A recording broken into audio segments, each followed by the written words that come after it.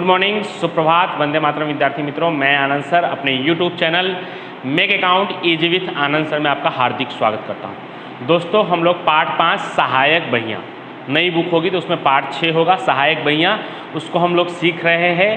और इस चैप्टर में हम लोगों ने लगभग छोटे छोटे 11वें सवाल तक पूरा कर दिया है। छोटे छोटे इसलिए कह रहा हूँ दोस्तों क्योंकि अब जो हम 12, 13 और 14 जो प्रश्न सीखने वाले हैं, इसमें सभी खाते, सभी बही एक साथ में आने वाली। यानी अभी तक हम सीख रहे थे तो सिर्फ खरीद बही, बिक्री बही, खरीद वापसी बही, बिक्री वापसी बही, माल के खाने वाली खरीद बही, माल के खाने वाली बिक्री बही, खर्च के खाने वाली खरीद बही, खर्च के खाने वाली बिक्री बही, ऐसे अलग अलग सीख रहे थे। अब हम सीखेंगे तो जैसे सादा वाला सीखने वाले हैं तो सादा वाला चारों एक साथ होगा, यानी सादा खरीद बही, सादा बिक्री बही, सादा खरीद वापसी बही और सादा बिक्री वापसी बही, ये चारों के चारों साथ में। माल के खाने वाला है तो चारों के चारों, यानी कि माल के खाने वाली खरीद बही, माल के खाने वाली बिक्री बही, माल के खाने वाली खरीद वापसी बही और माल के खाने वाली बिक्री वापसी बही।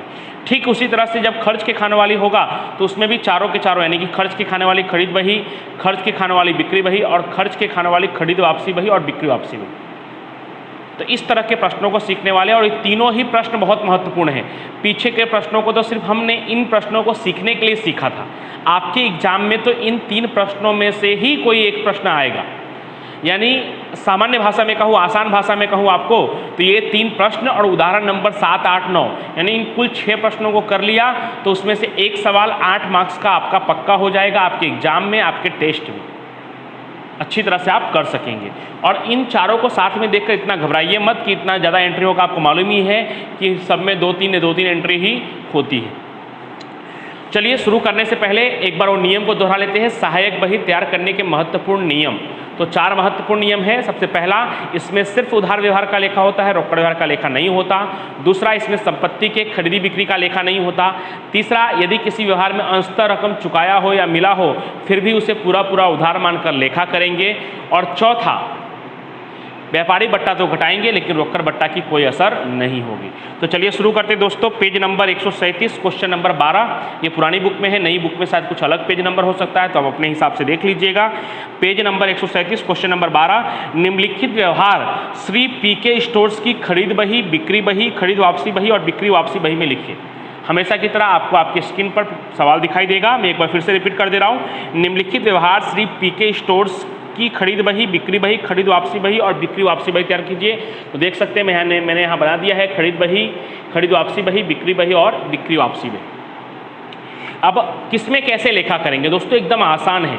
चारों को देखकर आप घबराइए मत कि कब हमें कैसे मालूम पड़ेगा किसमें। लिखा होगा खरीदा तो खरीद बही में, लिखा होगा बेचा तो बिक्री बही में, अगर आने वाला हो तो, उधार व्यवहार हो तो। खरीद वापसी में कैसे पहचानेंगे, तो जिस व्यक्ति के पास से खरीदा उसको वापस किया तो खरीद वापसी, जिसको हमने बेचा है उसने वापस किया, ने वर्ड होगा, ने वापस किया तो बिक्री वापसी भाई। साथ ही साथ खरीद वापसी में उधार चिट्ठी नंबर दिया होगा और बिक्री वापसी में जमा चिट्ठी नंबर दिया होगा। तो चलिए शुरू करते हैं। 2015 नवंबर 1, रामानुज के पास से 30,000 का माल खरीदा, 10% व्यापारी बट्टा, बिल नंबर 120। क्या लिखा हुआ दोस्तों, 30,000 का माल खरीदा, तो कौन सी बही में, खरीद बही में। 2015 नवंबर 1, नाम क्या है दोस्तों, रामानुज।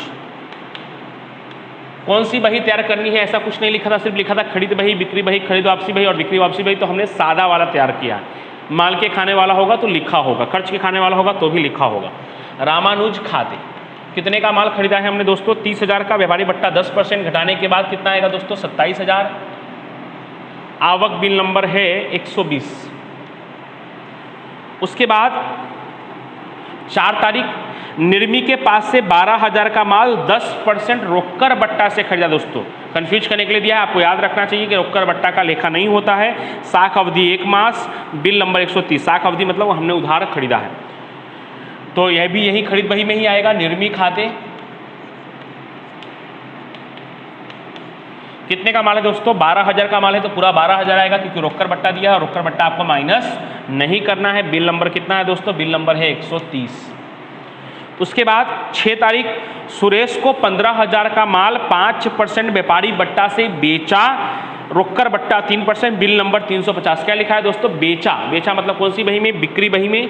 2015 नवंबर 6, सुरेश खाते कितने का माल है दोस्तों?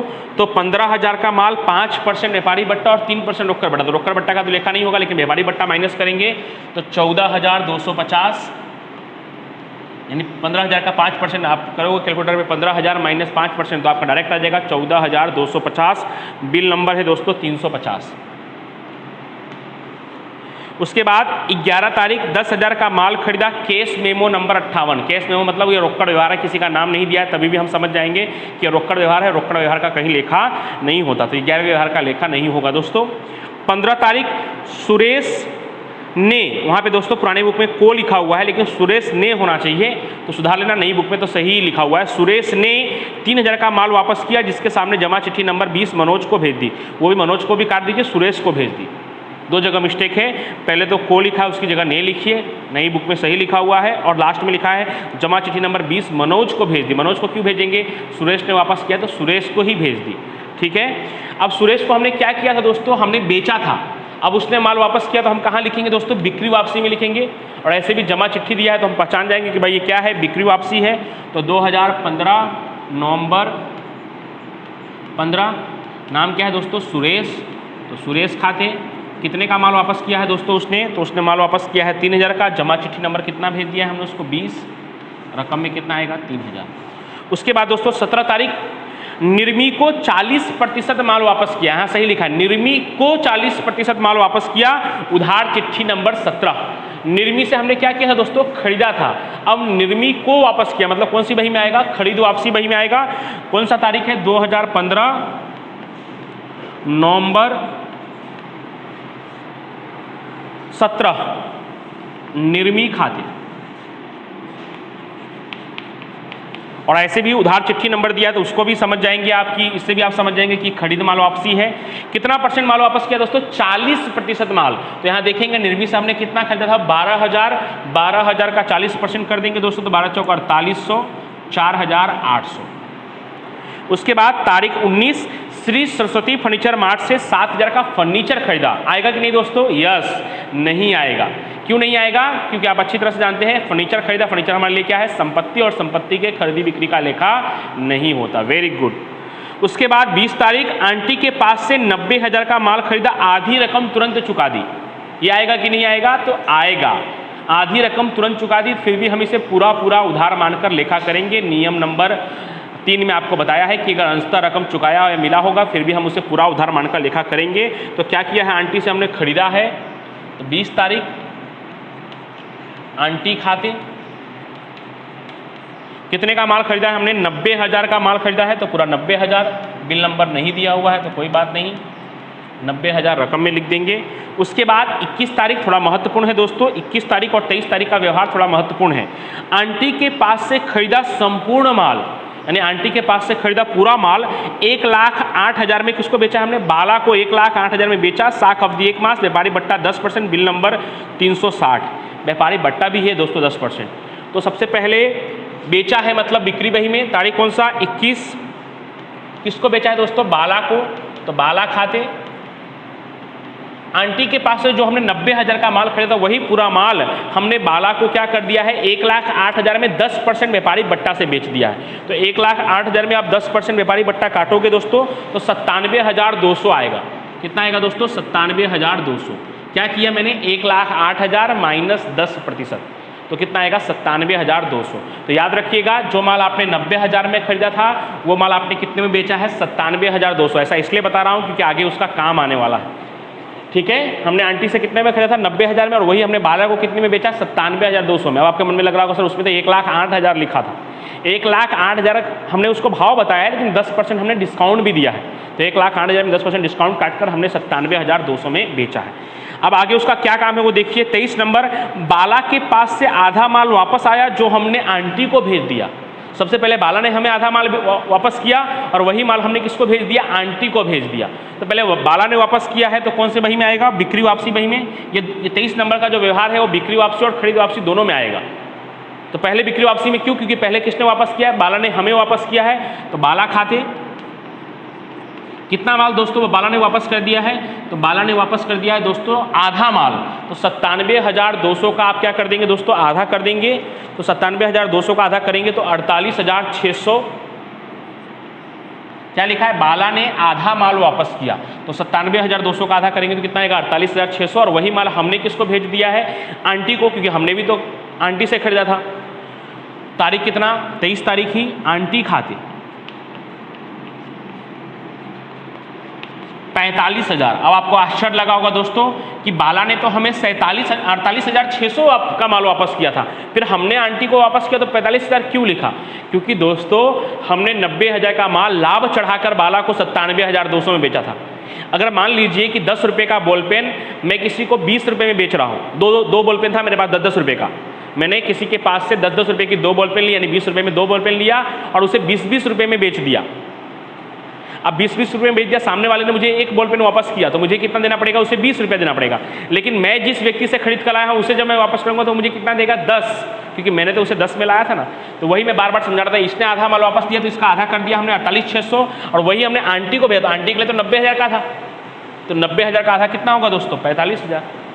ठीक है, आंटी हमें 48,600 नहीं देगी क्योंकि वो तो हमें माल कितने में दी थी, 90,000 में, और 90,000 का आधा कितना होता है दोस्तों, 45,000। ठीक है, तो ये बहुत महत्वपूर्ण था, उसको ध्यान से देखिएगा। 24 तारीख करण ने 30,000 का माल 10% व्यापारी बट्टा से भेजने का आदेश दिया, जिसका इंतजार था आपको।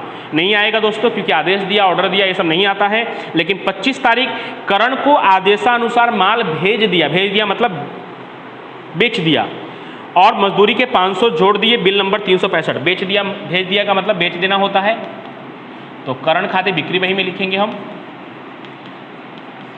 कितने का माल है, तो उसने कितने का ऑर्डर दिया था, ऊपर देख सकते हैं हम व्यवहार नंबर 24 में कि 30,000 का 10% व्यापारी बट्टा से भेजने का ऑर्डर दिया। 30,000 माइनस 10% करेंगे दोस्तों कितना आएगा, 27,000।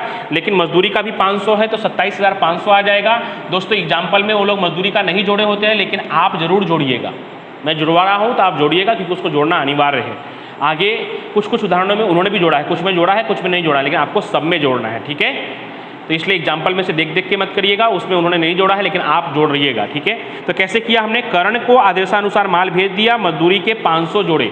तो करण ने कितने का आदेश दिया था हमें, 30,000 का माल 10% व्यापारी बट्टा से आदेश दिया था, तो 30,000 का हमने 10% व्यापारी बट्टा माइनस किया तो कितना है, 27,000, और मजदूरी का 500 जोड़कर कितना हुआ, 27,500। अब आगे 26 नंबर, रोकड़ खरीदी 16,000 और रोकड़ बिक्री 20,000। लेखा नहीं होगा क्योंकि रोकड़ व्यवहार का लेखा सहायक बही में नहीं होता। 27 तारीख CU2 से 10,000 का माल जो अक्टूबर में खरीदा था, वहाँ भी को लिखा हुआ है तो वो भी से कर दीजिएगा। CU2 से 10,000 का माल जो अक्टूबर में खरीदा था वो हमने क्या किया, वापस किया है, उधार चिट्ठी नंबर 20 भेज दिया है। पिछले महीने में हमने कोई माल खरीदा होगा वो हमने क्या किया, अभी वापस किया है। खरीदा हुआ माल वापस करेंगे तो कौन सी बही में लिखेंगे, खरीद बही में लिखेंगे। भले पिछले महीने में खरीदा हो लेकिन वापस तो इसी महीने में किया है तो इसमें खरीद वापसी में लिखेंगे CU2 खाते। उधार चिट्ठी नंबर दिया है उससे भी आप पहचान जाएंगे कि भाई ये खरीद वापसी है 20।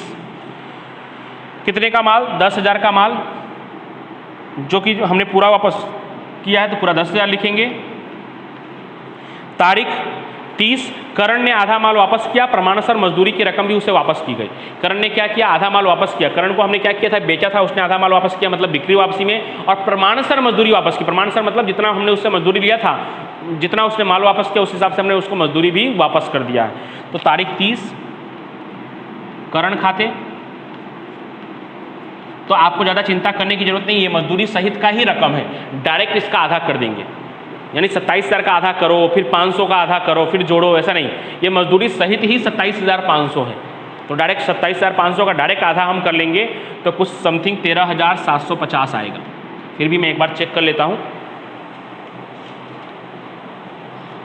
यस 13,750। अब हमारा इस तरह से ये सवाल पूरा हो गया दोस्तों। अब हम लोग टोटल कर देते हैं तो वो मेरे पास उपलब्ध है। तो खरीद बही का जब आप टोटल करेंगे तो क्या कहलाएगा, कुल उधार खरीदी 1,29,000। खरीद वापसी का करेंगे तो कुल उधार खरीद वापसी कहलाएगा 19,300।